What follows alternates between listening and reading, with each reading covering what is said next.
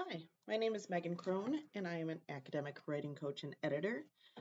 I am going to use this video to show you how to create and format a table in APA 7 style.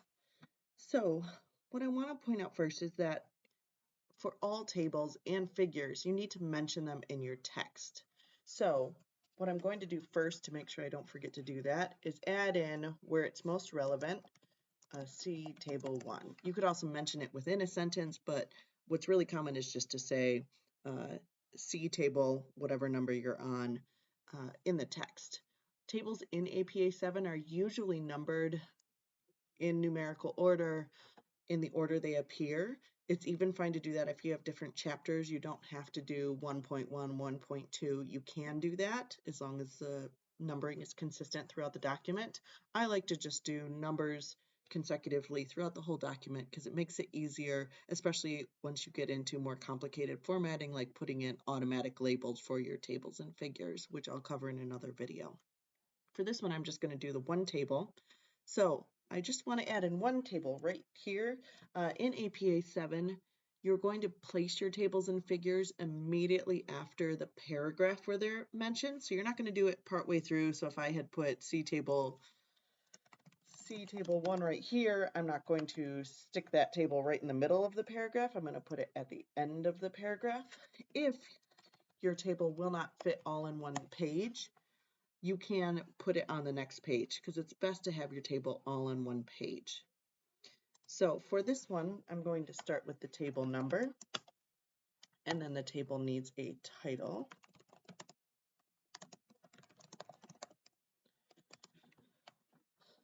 In APA 7, the table is going to be bolded here, and then the title, the label for the table, is going to be bolded and in italics. Right after that is where I'm going to create the table. The easiest way to do that is just to go to your Insert tab here at the top of Word. You can see right here there's a drop down for adding a table. This is the easiest way to do it. So I'm going to add 5 rows and then 5 columns for my table. The nice thing is you can always add and subtract these later. So if I go to this last row here, I can right click. There's all these options that pop up. I can put insert one below, above, left, right. So there's lots of ways to insert more rows and columns if you need them. You can also delete rows, columns, and cells. Deleting the cells is a little more complicated, so I'll get into that in another video. But this makes a very simple way to delete columns, rows, and even the whole table. One other thing to note is that my table, by default, since it's in the middle of my text here, is going to be double spaced. Rarely do you want a table to be double spaced because you want it to be nice and concise.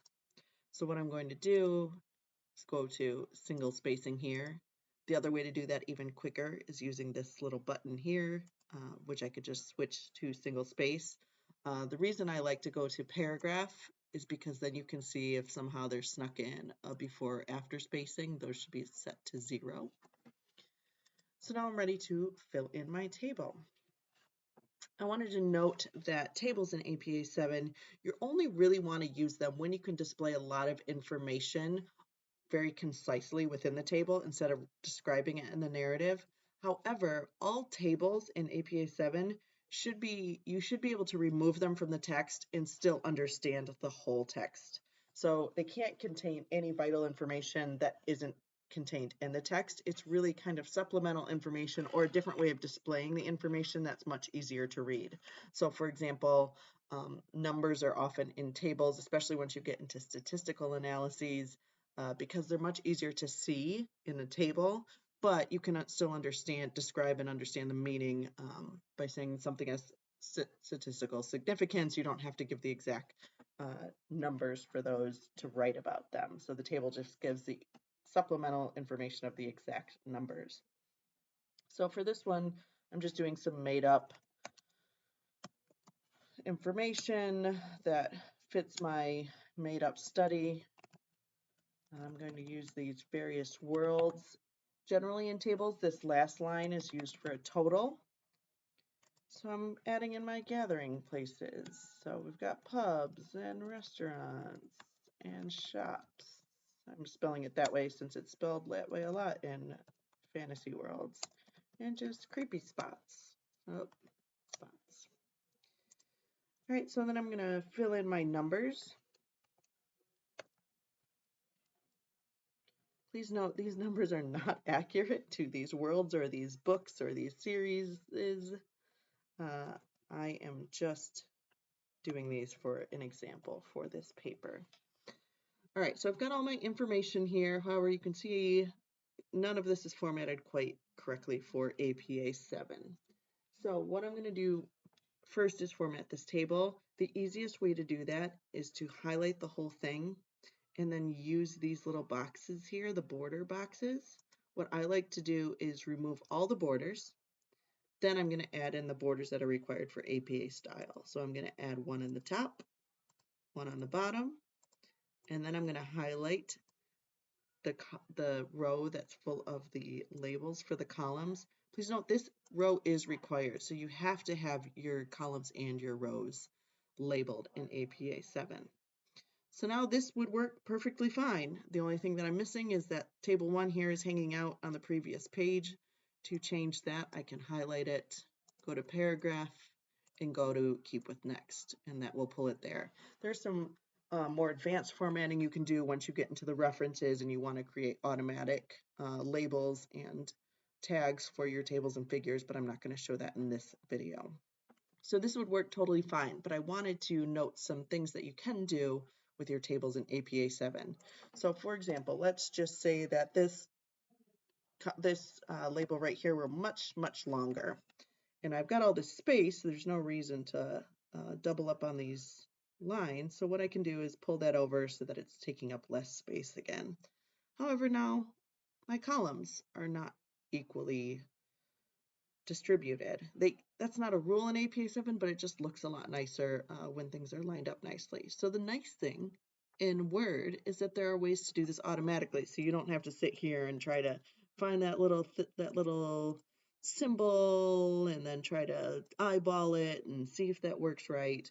And you don't have to go into formatting table and then enter the numbers. There's an even easier way to do that. You just go up here. As soon as you work with the table, there's table design and table layout. And click on the layout and then go to distribute columns, and then it nicely puts them into the same size columns. You can also center these if you like the way that looks a little bit better. So if your words are much different lengths, that can help polish it up and make it look a little bit nicer. So there's lots of ways that you can play with how your table looks and still stay within APA 7 style. Another thing I wanted to note is that you can and should enter notes if you need them. So a note in APA 7 is going to be double spaced still, and a note might be something like, doesn't quite fit with this table, but let's say you have your sample size in here. Anytime you put in a statistical letter, then you're going to put it in italics. So you might want to put that. You might have other information about the statistical tests that you ran that you would put in a note. Those would all go in this bottom part, and again, double spaced. One other thing to note is if you have a ton of information and your table won't quite fit on one page, in APA 7 you can go as low as 10-point font and still fit in with the formatting guidelines. So that if you had a ton of, or let's just say all of these pieces had really long names, you would be able to change this a little bit so that you could fit it all in on one page. I'm going to leave it in 12-point font since that's easier to read. One last thing that I want to mention is that you can do a couple things just in case you have additional information. So I'm going to insert a row above, and let's say I want to display this information slightly differently, where I want to put all of the eating establishments together in one column. So what I would do is add a row for that. I can take these two cells. I'm going to right click and merge them, and that way I can put eating establishments, and those fall under this exact one, and I might want to make sure those are all centered. But this isn't quite formatted for APA 7. I have to change this slightly. So I'm going to get rid of the border under pubs and restaurants, and instead I'm going to put an underline there.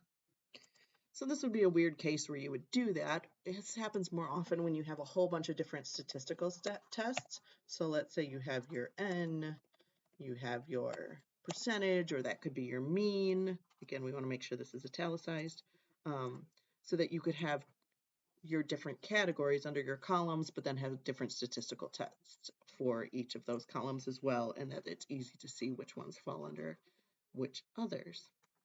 So there's lots of different ways to do a little bit extra formatting or to change it a little bit to fit your needs and what you need to display. You can also, let's say you had, I'm going to add some more rows underneath. 1, 2, 3, 4. So let's say these were well, I guess I want to do the formatting correctly. So let's understand. You'll understand why I'm adding all of these in just a moment. So let's say that I had different waves of data or different series of data. So I'm going to merge all of these cells. So again, right click, merge them all. So I'm going to say pre 480, right? I mean, these are not accurate totals anyway. I'm going to do the same thing here. Merge these cells, say post 480.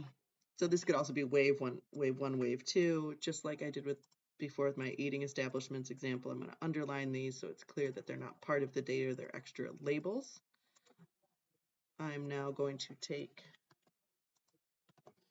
my different rows and I'm just going to make up numbers.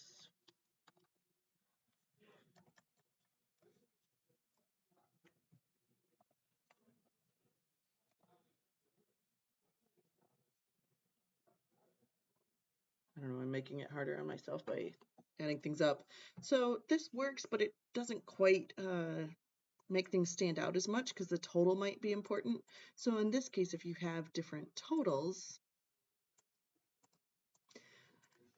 you can make those stand out a little bit more if you want to combine the table together so that all of the information is together. And again, nice and concise. Everything is labeled, all of your rows are labeled, your columns are labeled, and then we've got our two different waves of information. We've got our note, which again, this doesn't make sense for this table, but this could be a note, or it could include source information. If you're pulling information from another source, make sure that you include any permissions or copyrights that are needed. That's generally more necessary for figures, but if you're taking things directly from another source, you may want to do that as well. So that's all I'm going to do for formatting tables for this lesson. I will go into more depth about other aspects of tables and figures in another video. Thank you.